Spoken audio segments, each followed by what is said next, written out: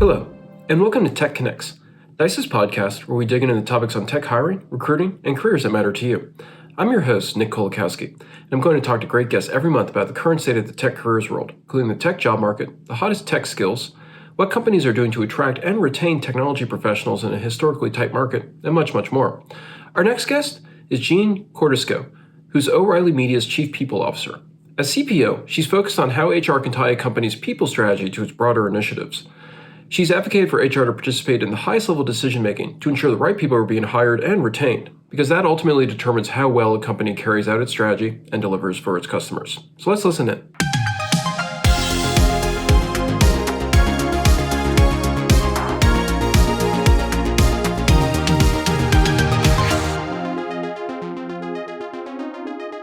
So, Jeanne, thank you for being on. Like I said right before I hit record, I'm really fascinated to talk to you because there's a lot of interesting stuff going on right now in both the HR and the tech space. And as CPO of O'Reilly Media, obviously you have kind of this, for want of a better term, a 35,000 foot view into kind of a lot of the issues and everything going on. And I guess before we kind of like kick into those issues, for listeners who might not be aware of what a chief people officer actually does, what is your day-to-day role? What do you actually do? Sure. Well, thanks for having me. First of all, Nick, I really appreciate this opportunity. And for those of you who are interested in what chief people officers do, I think interchangeably it could also be called a chief human resources officer. But when we really think at the crux of the roles and day-to-day life, I guess it's in its most simple form, tying the people strategy to business objectives and business growth. So ensuring that talent is aligned from the moment that we reach out to prospective talent in terms of alignment of skill, experience, anything that we might need that's niche to our organization, to the time that the company has recorded its growth. All of those things that have to do with people ultimately need to be mobilized in order to ensure that we have the right talent in the right place at the right time to execute on company growth. Yeah, I mean, it's obviously vitally important, and especially in a tech context, which most of our audience belongs to. Lately, there's sort of been an incredible focus on both hiring kind of the best talent for roles, which is obviously an incredibly vital function of HR, but also kind of retention as well.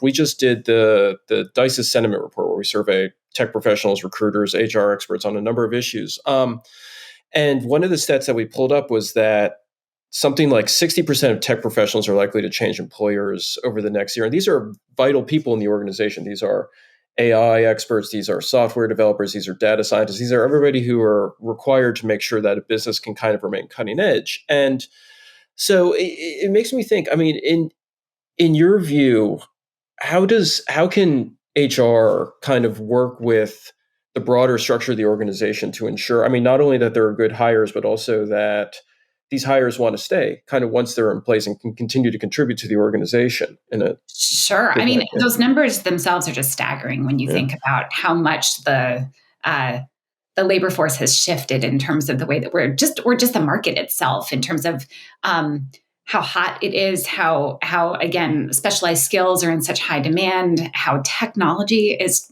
the way the world works these days. And the fact that we don't even have enough talent to fill all of the technology jobs out there is truly staggering itself. But yes, I think it's so important for organizations to not only think about talent as a key source in developing and keeping a competitive edge, but also ensuring that you're giving employees, prospective or existing employees, an experience that feels memorable, that feels valuable, that keeps people feeling very motivated and committed to the organization. I think there are so many things that organizations can ultimately do, but a couple things that come to mind when I think about this type of sort of retention tactics that organizations ultimately need to employ is collaborative cultures are ones that I think are table stakes for a lot of organizations. But in this new world of working where we have remote, often sort of remote only organizations or this hybrid work environment, I think it cuts down on the collaboration that we otherwise might have gotten if we were just sort of organically in the office together. And so those sort of, I don't want to call them forced, but I think those very intentional micro interactions and macro interactions for that matter, that give employees the opportunity to come together, to work together, to learn from each other, and bring their diverse perspectives really goes a long way when you think about ensuring that employees feel committed to an organization. I think there's no doubt that tech professionals need and are seeking continuous learning. And so there has to be intention around ensuring that tech professionals are getting the professional development that they not only are seeking, but that they need in order to remain cutting edge in the skills that ultimately, technology is demanding from them.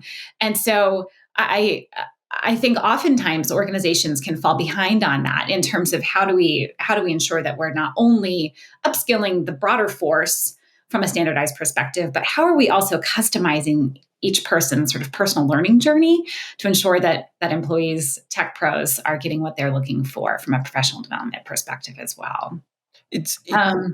Sorry, go ahead. No. I was just going to say one of the things that we found in survey after survey was actually that, in addition to the kind of the usual staples like healthcare and everything else, that training, to your point, is one of those things that tech pros like really desire, like more so than all these other benefits. So I feel what you're saying, is exactly.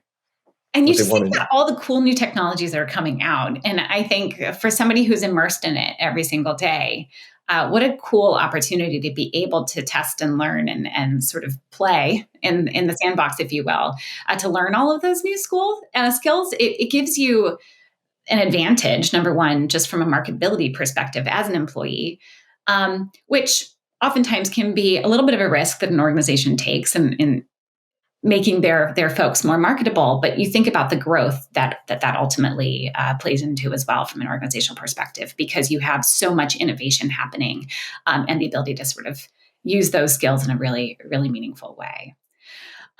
I think also there tends to be a lack of clear line of sight to either vertical progression or lateral progression within organizations. And so people, find an organization that they ultimately think might be the place that they ultimately want to retire from. And quickly they realize, my goodness, it's a little bit more difficult to get promoted than I expected. And it might just be because they don't fully understand what it takes to be promoted. And so I think if there's very intentional career progression conversations, and at O'Reilly, we're in the process of rolling out a career framework, but I think organizations that give that very clear line of sight into how do you grow? What are the skills that are necessary for the next level? How do we give you individual development milestones to get to that next level? Really plays into somebody's commitment and loyalty to an organization, because quite frankly, why else would they need to go anywhere else if they can find that growth? That also plays really importantly into succession planning, that I'm not sure most organizations are awesome at. I think everybody can be better at it in terms of thinking about how you build that bench of sort of ready now talent to ensure that, if there's a critical role that is vacated, you have people who are skilled and ready to go to fill those jobs. Yeah. I mean, succession is definitely, it's something that, I mean, it almost seems like a lot of companies kind of go out of their way to avoid. And everything that you just mentioned, I mean, from the training to kind of the upward mobility and kind of the promotional structure and everything like that, it makes me think these are all aspects that are deeply interwoven into an organization. These are, I mean, I'm trying to choose the best metaphor, but it's almost like kind of the roots going down, and entwining and kind of fueling everything. And HR is intensely aware of the necessity of all these things, but the broader organization might not be. And I'm sort of fascinated by like HR. I mean, other stakeholders within an organization might see HR as kind of siloed over here and doing things, but HR obviously realizes that it needs to be listened to and that it needs to be a part of strategic decisions, that it needs to have a seat at that particular table. And I was wondering, I mean, as a CPO, kind of what insights you have into that? Like, how can HR experts at companies ensure that they're being listened to, and that the things that they realize are so important are also kind of recognized by the broader organization and hopefully implemented. I mean, that's the Yes. other key thing. Yeah. I think this might be the favorite question and the $1,000,000 question, really, at the end of the day. Yay. When people ask me this question, I get really passionate about it because I think all too often HR is considered a support function, a service function. Let's keep employees happy. Let's get people hired. Let's give them a good experience. And if people leave, we'll refill those roles, and it just becomes that perpetual cycle. And so when being brought on to execute on a strategic plan without actually contributing to the plan formulation, it feels like it's a little bit after the fact. And I think HR really needs to play a very key role in ensuring that they're at the table from the beginning or the onset of that strategic planning. And so I think for any organization that is ultimately trying to charge forward and implement this sort of solid, unwavering strategy, they have to take their company's existing talent, ability, and skills into consideration, and then identify where that gap is. So what is our capability here? How do we assess people's potential?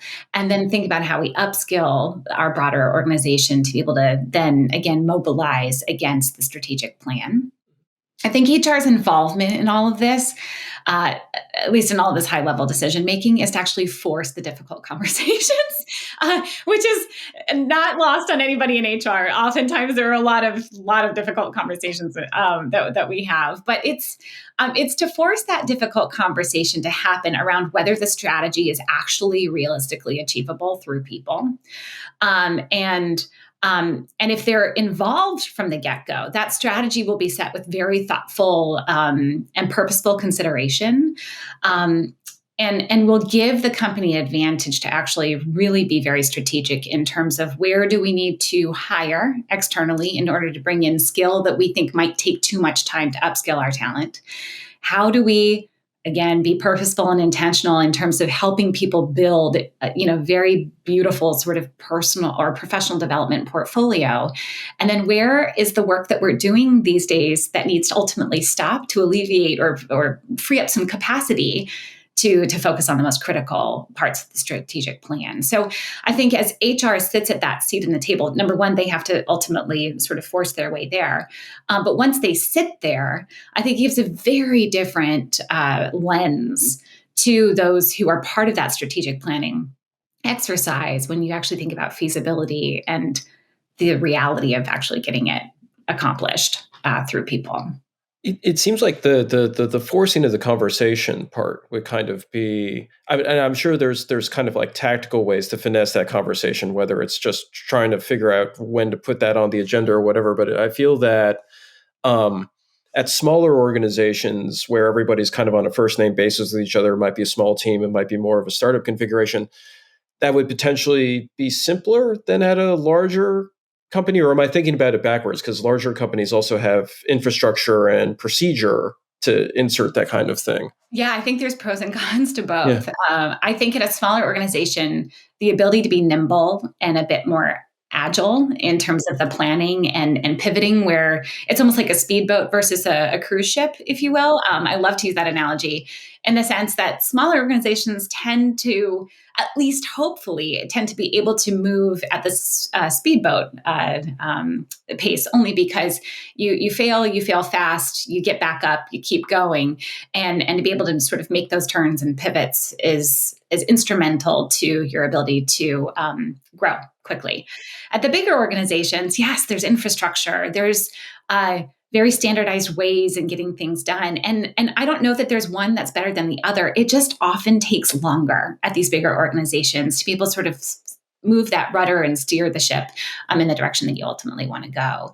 But I think in both circumstances, regardless of whether you have sort of that infrastructure and the ability to resources to assess and to put towards the development or the strategic plan.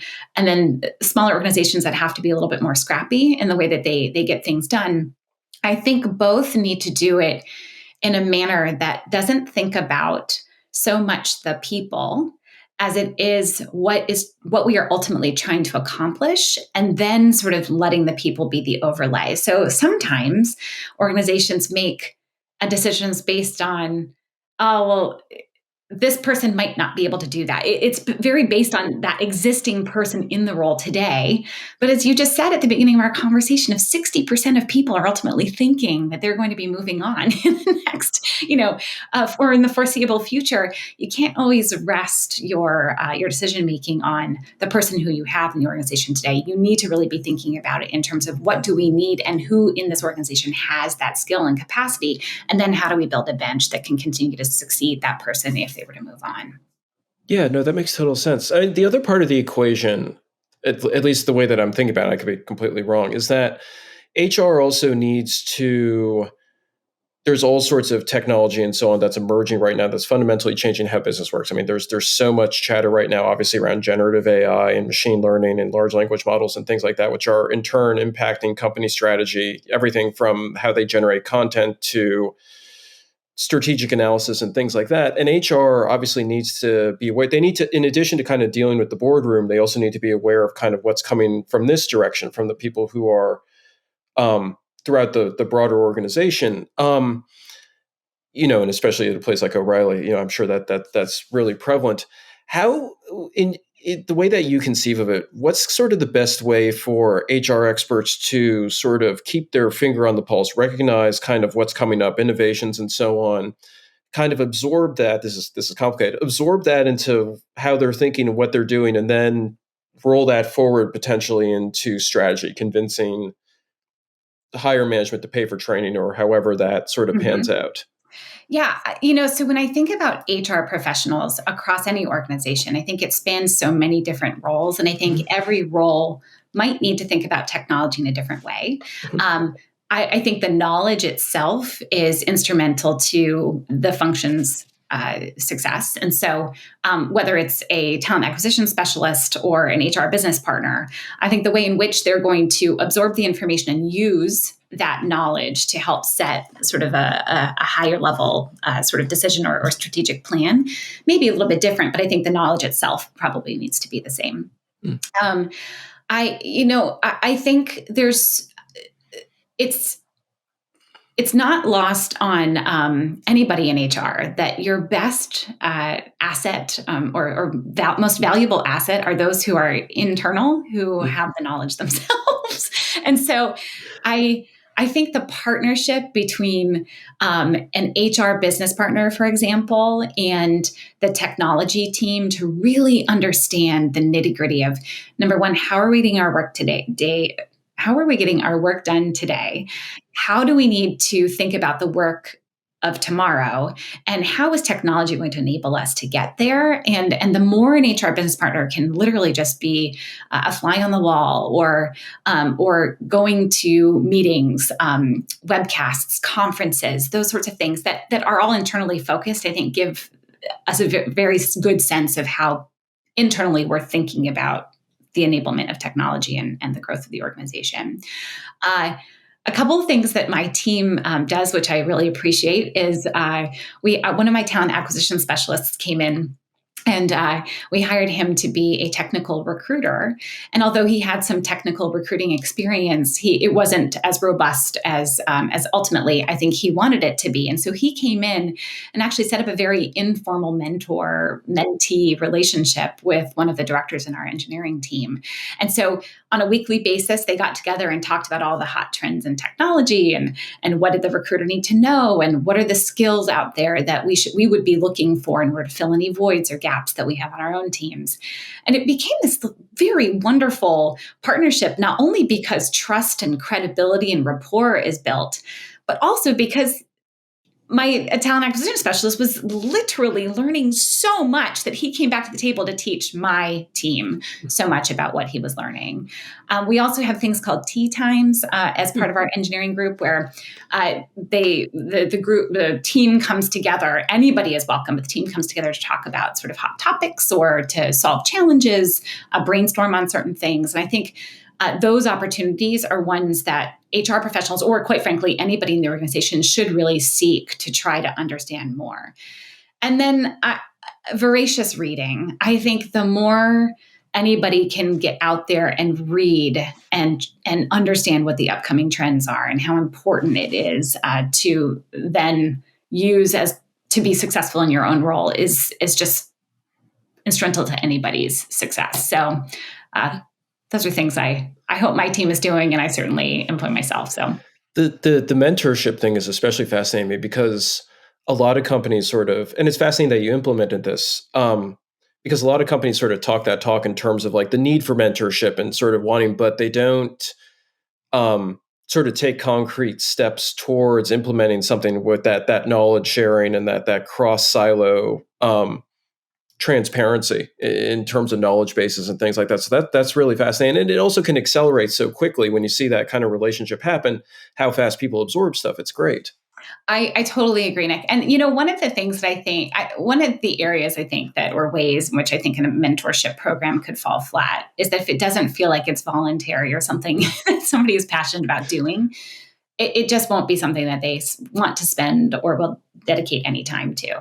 And so I think we're in the process as part of our DEIB strategy, actually, to roll out a broader organizational mentorship NT program. But we're really only tapping into the people who truly want to be a mentor or a mentee. And, I don't know that we'll necessarily mandate it as, every person at director level or higher. And I've been at organizations that have done that, where it's our expectation of you at this level and higher to be a mentor to somebody more junior in the organization. Well, sometimes it's great, sometimes it's not, but it's because not everybody wants to be a mentor. So I think you have to find that sort of voluntary passion around the subject in order to make it work. Yeah. No, and I've heard that from people we actually had a guest on the show a while ago who was going into, and the voluntary aspect of it, like you need, the sort of the emotional drive behind it is really key. In terms of, not just mentorship, and especially since the pandemic, we've been seeing, at least in our data, sort of this rise in interest in, you have kind of your traditional benefits, like your healthcare and things like that, but then sort of an emerging focus on flexible schedules, work-life balance, kind of all of these different things. And I'm just wondering, are there, for HR people out there who are wondering what they can do to attract and retain tech pros and other employees, are there, emerging benefits, new benefits, things that are maybe kind of a little bit more cutting edge than traditional packages that are pulling people in? Training, things like that. I'm just curious if you're seeing anything out there along those lines. Yeah, I really enjoy this question because I think there are things that some organizations do that they might not they just might not advertise as well as they should, and I think those. Now organizations are kind of catching on of like, wow, that's an awesome benefit. And so they're implementing it as part of theirs. So you think about student loan repayment assistance. People come out of higher education in debt and severe debt. And if it's something that an organization can do to help their employee sort of alleviate some of that burden, I think the loyalty really comes from the employee. They have more of a paycheck to use. They have the ability to feel more financially free. And so that's something that I'm seeing be a higher trend more recently, just in what organizations are ultimately trying to do to attract and retain talent. You said it, flexible work arrangements. I think whether it's a 4-day work or just working when it works for your schedule, I think either way companies need to implement that. O'Reilly is a fully remote organization with a very flexible work schedule. So we don't have a hybrid workforce, nor do we have any expectation that we'll ultimately go back to the office. And I think some people love that idea. Other people probably want more of that physical presence together. But I think when companies mandate that, especially when it was proven that companies can still be profitable and successful during the height of COVID, when everybody was remote, it's hard to, I understand from a corporate real estate perspective and rent payments and all that, companies need people in the office. And there's so much benefit to having that interpersonal connection. But I think you can do that in a virtual way as well. But if companies are mandating to say you must be in the office for just the sake of being in the office, I think it's going to deter a lot of people. And so one of the things that I think will continue to be a trend is just that flexibility that employers are ultimately giving their employees. One thing that is becoming more of a hot topic is wellness programs, and not only talking about physical wellness but also mental wellness. And so as companies start to think about how they provide perks and benefits for employees, I think the mental wellness lens has been a little bit stronger than it has that I've seen in the past. And I think not because it's anything new. I think it's just more accepted to talk about these days, and we should be talking about it. It's something that is so important, and when you have physical and mental wellness in employees, it's tremendously successful to the organization. But from an insurance perspective and all of that, it brings your premiums down because you have a fit and well organization. And then the last thing I would say, one thing that we've done here at O'Reilly, but I'm seeing there being a sort of bigger trend of it as well, is an international work benefit, where so many people now have sort of the world at their fingertips and would love to either be able to take a sabbatical and immerse themselves in a different culture, or be able to travel for an extended period of time and not have to take or exhaust all of their vacation time. We implemented an international work policy where it gives anybody the ability to work from anywhere in the world for a month. And it gives, and obviously making sure that it works with time zones and all that, but it really gives employees the opportunity to have life-changing experiences, like I said, without having to exhaust any of the accrued vacation time that they've taken. And it's been something that is slowly starting to be used, but what a tremendous opportunity for those who would have the ability to go do that. That's amazing. That's really amazing. Yeah, no, I mean, there's all sorts of like travel and leisure photos, spread images I have of, being with a laptop and typing. And that, I mean, it seems like all that stuff in aggregate sort of contributes to, I guess, what one would call like good culture for a company, and like a welcoming, accepting one. And it makes me think too, I mean, there's been so much emphasis, again, with hiring, retention and so on good culture. In addition to, like, I mean, obviously being able to hang out and work from some amazing location remotely for a month, benefits like that obviously contribute to good culture. But what else does, and what can HR do to kind of promote that good culture? Because it's so vital right now. Yeah. I think, to me, a good culture within a company is often defined sort of by a positive work environment, shared values, clear communication, sense of belonging. I think at the core of it all, defining and communicating core principles or values or tenets that the organization sort of lives by is paramount to ensuring that you've set expectations across the employee base in terms of not only what you expect from them, but also what they should expect from the organization in return. And it's just, I think it's just HR not only plays a crucial role in setting those values, but ensuring that we live by them and communicate them very frequently. And so that to me sets the foundation for a good culture.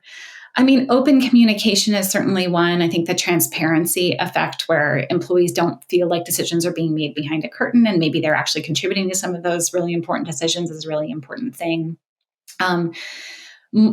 Diversity inclusion has always been something that I think has been important, but the importance even it might even be more these days in terms of having those conversations and ensuring that people are feeling included and that they belong. And the promotion of that is so important. And so ensuring that people feel like they can bring their authentic selves to work every day and to be able to do their best work because of who they are and how they are accepted and they belong to this core group of individuals is a really important piece to it.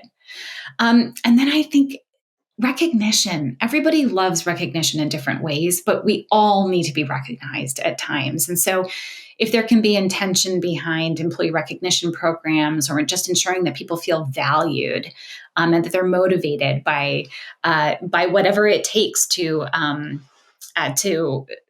sort of recognize that person in an appropriate way, is really important. And so I don't know, it should be a blanket recognition program in terms of everybody's going to be recognized in all hands meeting. But again, I think managers can be very, very prescriptive around, let me determine how best you respond to recognition, and let me make sure that I really give you the affirmation you need to know that you're valued and that your work is important.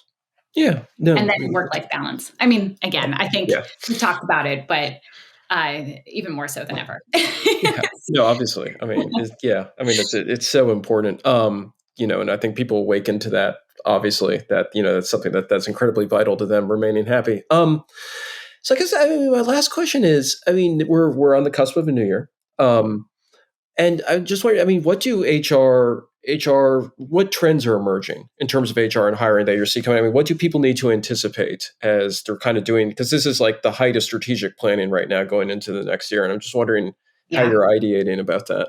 Sure. I think it goes without saying that there's going to be an increased use of AI and automation.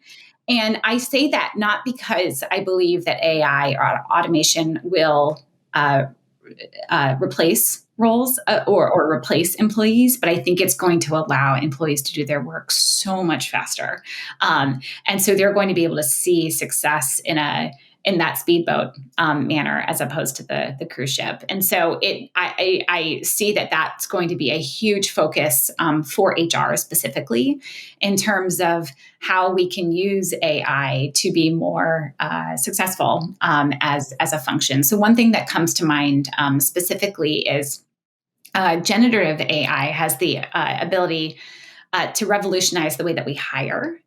And actually can mitigate any bias that might be sort of implicit bias, I should say, that's unintentional, that's sort of put in as part of the interview process by not only talent acquisition specialists or perhaps hiring managers as well. It's going to give us the opportunity to scrub resumes, so names won't be there on there anymore. Keywords will that tend to either sway masculine or feminine, and people tend to write their resumes, based on that. It will neutralize those. We're thinking about job descriptions in the same way. We're going to neutralize our job description language to ensure that it's gender neutral, as opposed to saying. And the way that job descriptions are innately written are, this tends to be a more masculine job and this tends to be a more feminine job. We want to make sure that we're bringing all of those things to light and promoting equal opportunity as part of the use of AI. I think, as I've said, diversity, equity, inclusion is going to continue to be a trend as we think about how employees respond to those programs, but how every organization can continue to build on that and make that conversation one that is had. There's no question that employee experience, and this is the whole purpose of this conversation, but there's no question that employee experience is at the tip of the spear in terms of a company's success and ensuring that they're retaining employees, and that it's that hire to retire journey. So everything that is involved from the moment that we reach out to a prospective employee to the time that they ultimately decide it's time to move on, everything that's encompassed in that is intentional and meaningful. And then I think a continued trend is, again, I think this remote and hybrid work arrangements. In all of the conversations that I've had with other heads of HR who are trying to grapple with this hybrid workforce, it's how do you actually overcome the resistance of coming back into the office if an organization really needs people to do that. And then there's actually one other that just came to mind, and I think this is going to be one that we're going to see more so, is skills-based hiring is going to be something that companies are going to really double down on. And I think it's because employers are increasingly moving away from the traditional hiring practices where it's focused on education and experience. And it's going to be very focused on a skill that an individual brings into the organization. So from a tech perspective, you think about how early kids these days are learning to code and building their own software or computers or whatever they're ultimately doing. That's going to play so much into the future of how companies hire, because I don't know that everybody will need to ultimately go get their bachelor's degree or the equivalent thereof to find a good job anymore. And it might be refreshing to some, where it feels like college, again, as I've mentioned before, feels like that burden.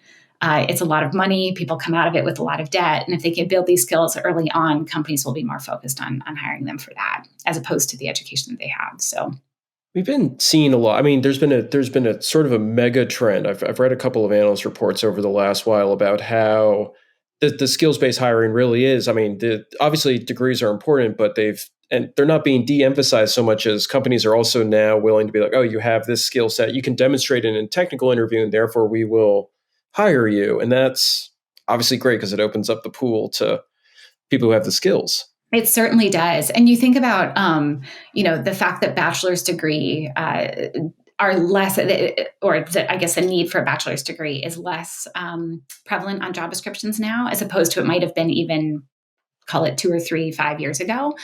I think it opens, as you mentioned, it opens up the pool, but it also taps into underrepresented groups and those who just, ultimately couldn't even think about that as being part of their journey.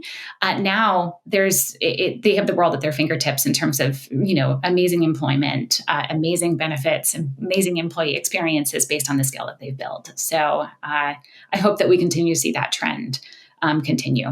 I'm also really excited about, because for so long, I mean, with generative AI in the context of hiring, there were some notable errors way early on, like a couple of years back. You saw these experiments run where the language model, would accidentally demonstrate bias or something like that. And now that we're getting more sophisticated and these large language models are getting obviously a lot larger and better at what they do, it's going to be exciting to see, I think, in terms of how effective they can be now that people sort of recognize where they need to put the guardrails and how to design these systems to kind of be optimized for, as you were saying, kind of non-biased hiring and things like that. Totally agree. It's going to open a whole new world of the way that we're thinking about it. And it's going to be really exciting to watch. That's it, folks. I thought it was fascinating to talk to Jeanne, who thinks very deeply about how HR can supercharge how organizations carry out their strategies and keep their tech professionals happy. Here are just a few takeaways from our conversation. First, if you're a manager or involved in HR, it's important to recognize that talented, highly specialized workers have their pick of jobs, and they'll leave for a new employer given the right motivations. You need to be very conscious about whether you're providing a memorable, valuable experience to your employees, and that goes beyond just salary. For example, collaborative cultures, flexible schedules, and continuous learning can all persuade valuable employees to stay on board your company. Second, it's important to talk to your reports and team members about career progression. Where does an employee want to go? What training do they need to get there? If a tech pro feels like their organization is committed to their growth, they're far more likely to stay and deliver their best work. Third, HR is often considered a support function, but HR needs to play a key role from the beginning in strategic planning. They need to take a company's existing skills and resources into consideration, figure out where there's a gap, and help formulate a plan to close that gap. And in the end, that'll be better for everyone. We covered a whole lot of other topics during the episode, of course, so give it a re-listen if there was something you missed. We'll see you next time. And remember, Dice is your best resource to find the tech talent you need to fill your open roles. And for technologists, the best place to grow your tech career.